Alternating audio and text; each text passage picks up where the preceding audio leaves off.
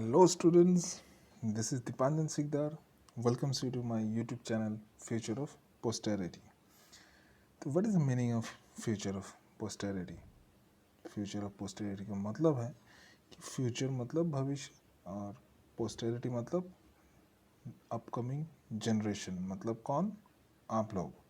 तो ये channel totally dedicated है आप लोगों के लिए, फ्यूचर ऑफ पोस्टेरिटी के लिए।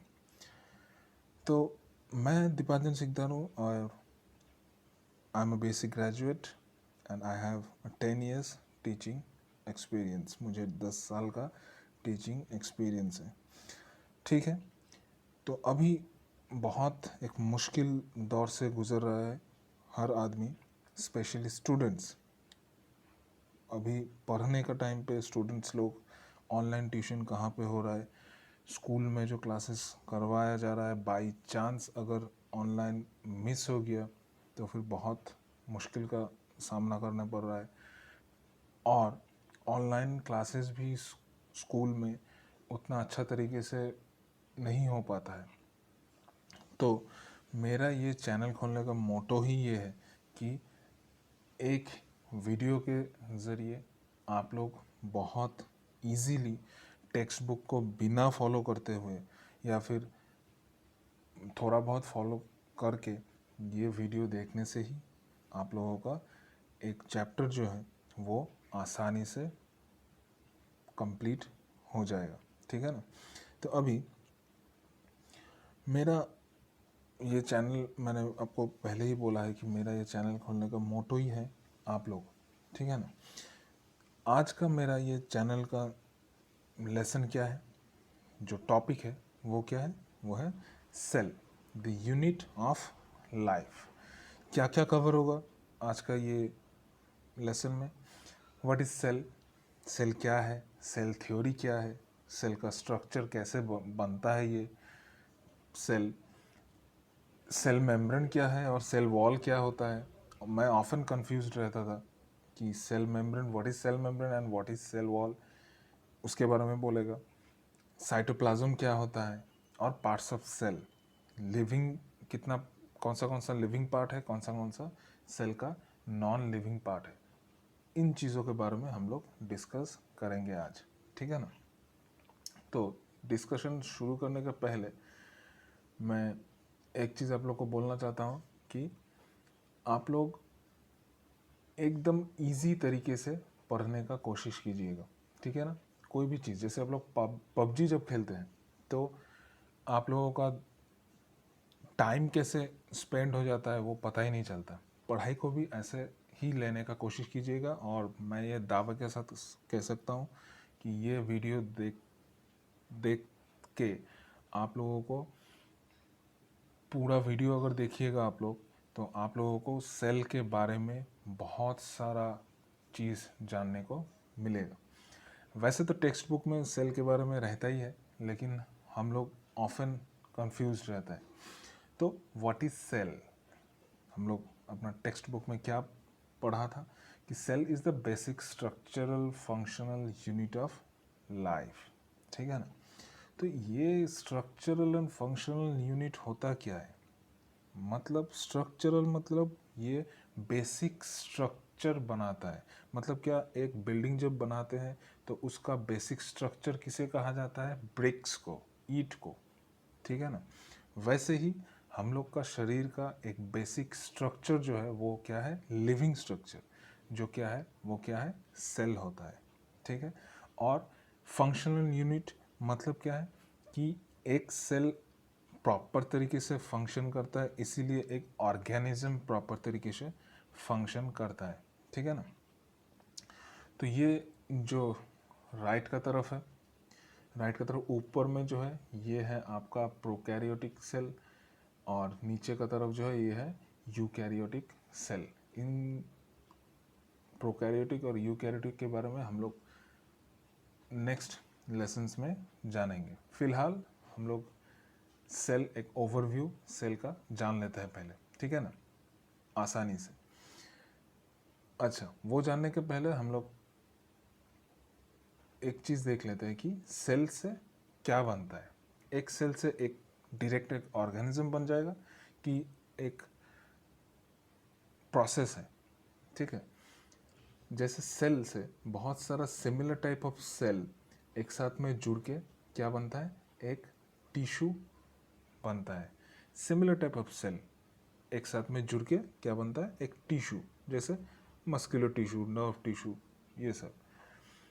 बहुत सारा सिमिलर टाइप ऑफ टिश्यू एक साथ में जुड़ के क्या बनता है, एक ऑर्गेन बनता है, ठीक है ना। जैसे हम लोग का लिवर, लंग्स, ये सब बहुत सारा ऑर्गेन एक साथ में जुड़ के बनता है क्या, ऑर्गेन सिस्टम। जैसे हम लोग का सर्कुलेटरी सिस्टम, ठीक है ना। और बहुत सारा ऑर्गेन सिस्टम एक साथ में प्रॉपर अगर फंक्शनिंग करेगा तो एक ऑर्गेनिज्म बन जाता है, जैसे हम लोग, ठीक है। तो ये है आप लोगों का ओवरव्यू सेल के बारे में, ठीक है। अभी अगर हम लोग देखें कि 3 जो पॉइंट है हम लोग को, सेल थ्योरी का 3 पॉइंट है, वो हम लोग को भूलना नहीं चाहिए। क्या क्या वो पॉइंट है, एक पॉइंट, 2 पॉइंट तो हम लोग डेफिनेशन में ही मिल जाता है हम लोग को कि ये स्ट्रक्चरल यूनिट है, लिविंग स्ट्रक्चरल यूनिट है, और लिविंग फंक्शनल यूनिट है, लेकिन स्मॉलेस्ट है, सबसे छोटा यूनिट है।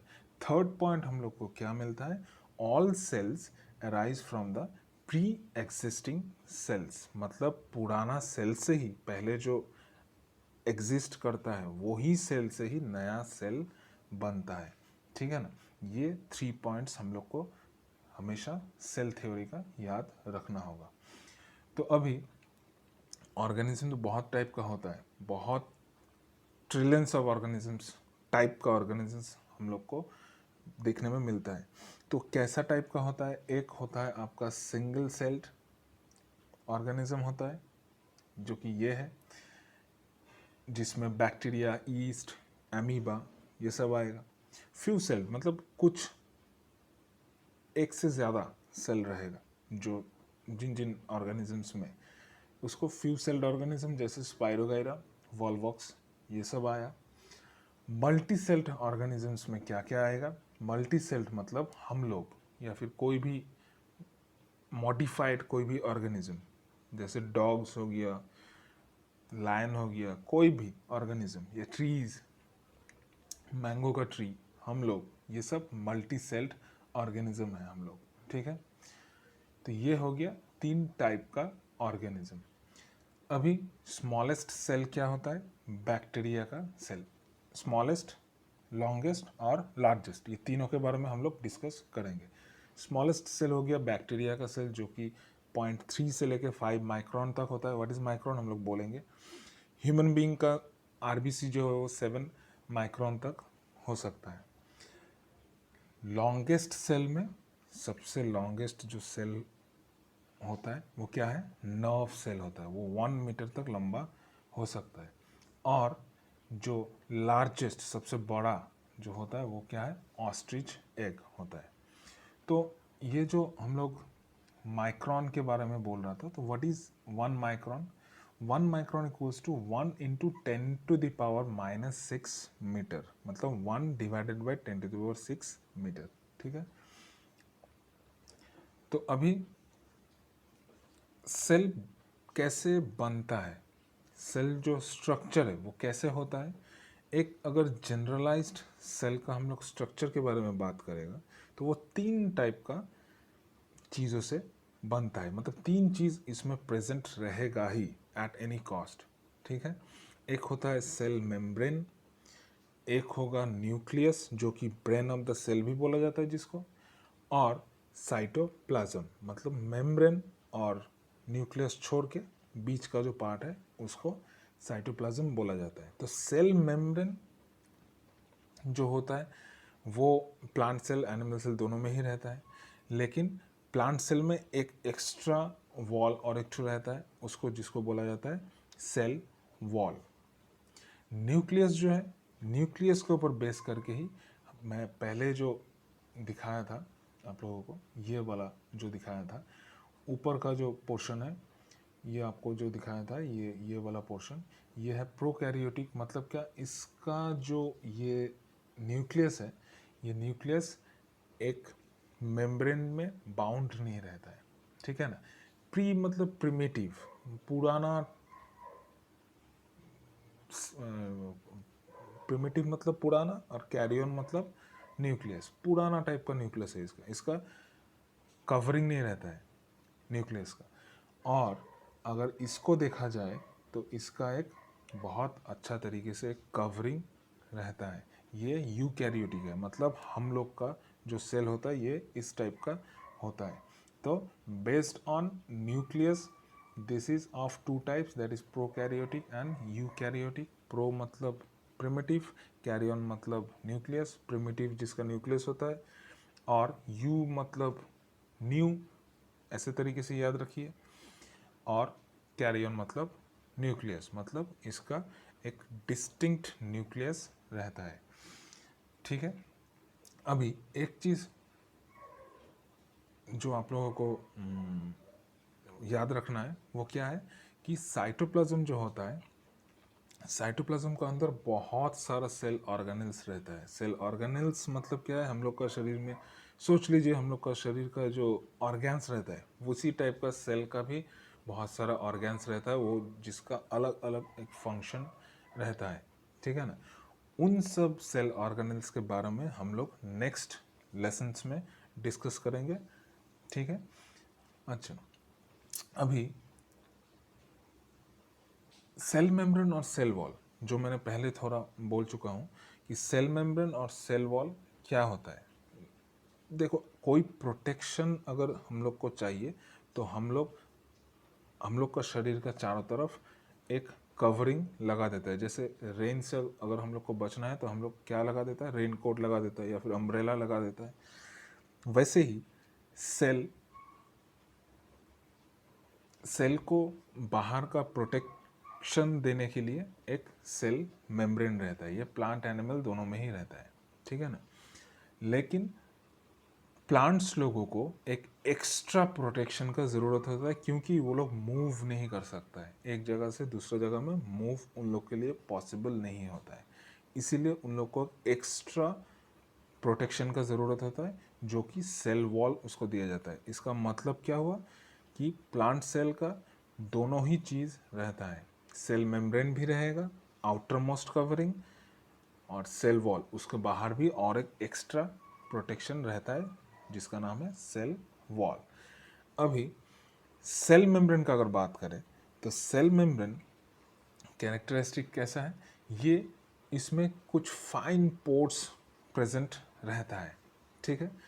फाइन पोर्स जो कैसा है, सिलेक्टिवली परमेएबल है, मतलब जो फाइन पोर्स के थ्रू सिलेक्टिव चीज़ ही अंदर आ सकता है या फिर बाहर जा सकता है, कोई भी चीज़ अंदर या बाहर नहीं आ पाएगा, ठीक है। ये सेल मेम्ब्रेन का मेन जो फंक्शन है ये सेल मेम्ब्रेन का होता है।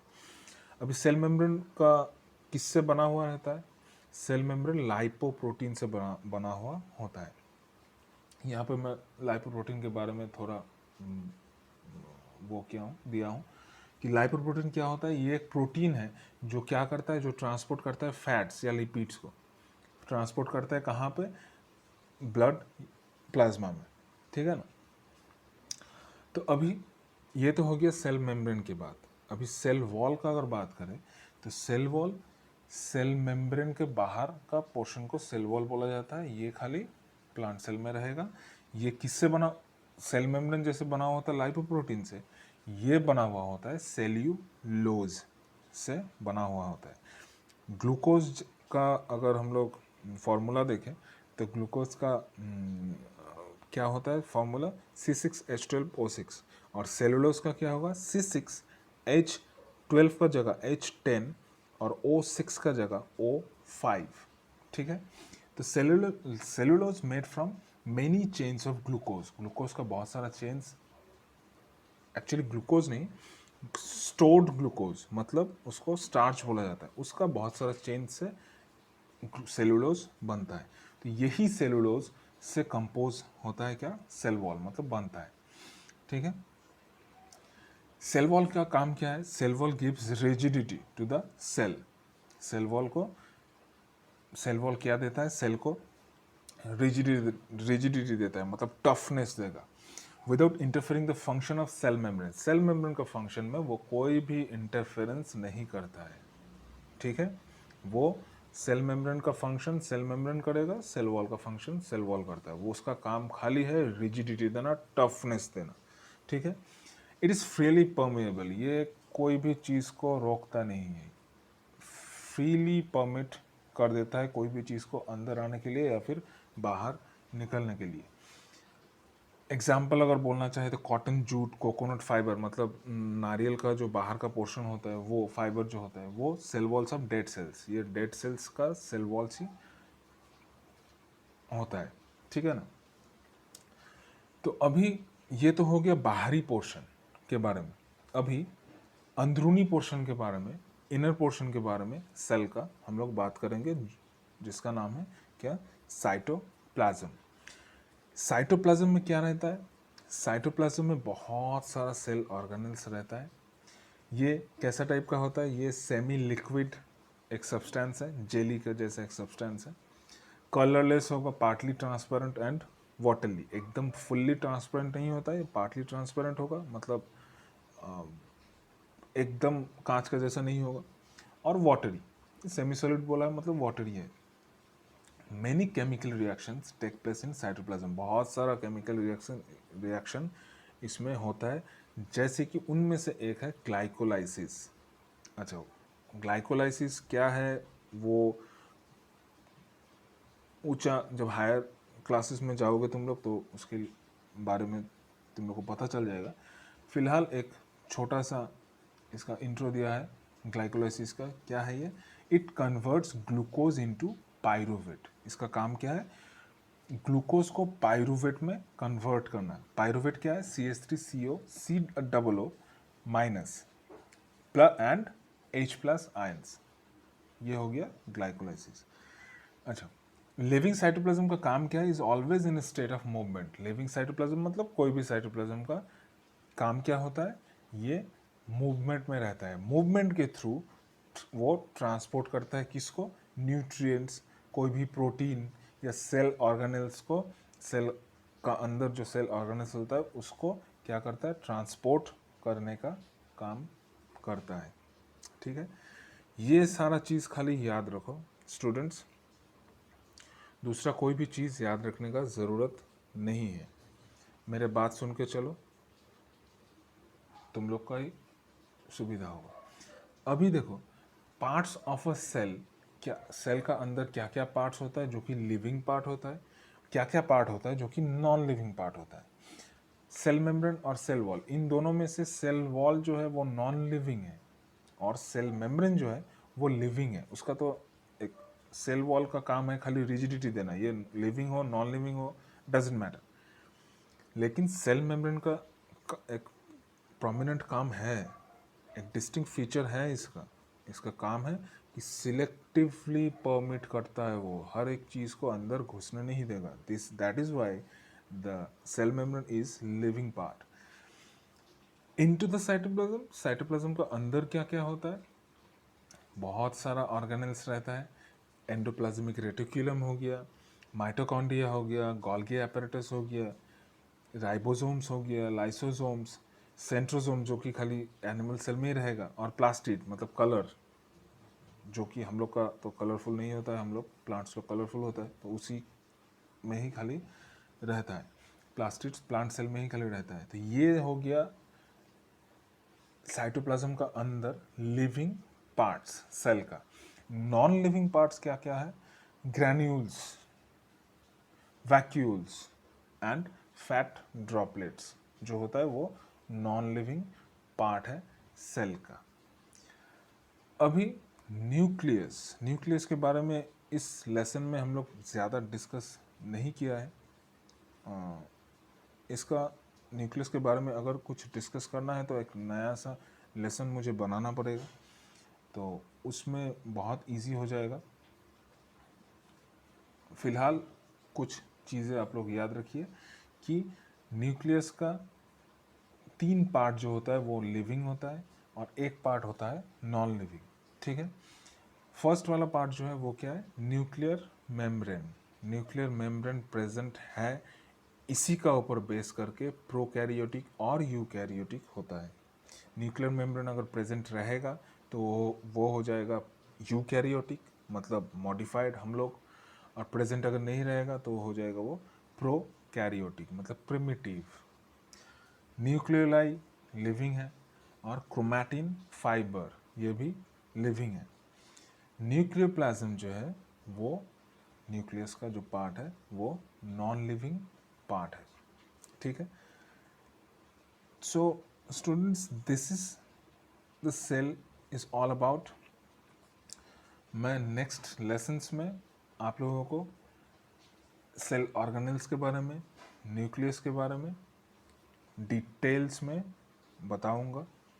फिलहाल आप लोग खाली ये चीज़ को लर्न कर लीजिए, याद कर लीजिए। नेक्स्ट जो वीडियोस होगा, अपकमिंग वीडियोस में मैं क्विज सेशन भी रखने वाला हूँ, लाइव भी आऊँगा, उसमें आप लोग पार्टिसिपेट करने से आप लोगों को पता चल जाएगा कि कितना आप लोग रेडी हैं सेल चैप्टर को लेकर, ठीक है। Hope you like this journey with me. अगर आप लोगों को अच्छा लगा है तो लाइक और शेयर करना तो नहीं बोलूँगा, लेकिन अच्छा लगता है तो लाइक कर दीजिएगा, अच्छा नहीं लगता है तो कोई बात नहीं। लेकिन मैं डैम श्योर हूँ कि आप लोगों को अच्छा लगेगा। और न्यू वीडियोस अगर आप लोगों को और चाहिए, दूसरा कोई टॉपिक में चाहिए, तो कमेंट सेक्शन में ज़रूर बोलिएगा, ठीक है। तो आज के लिए इतना ही, ठीक है दोस्तों, बाय।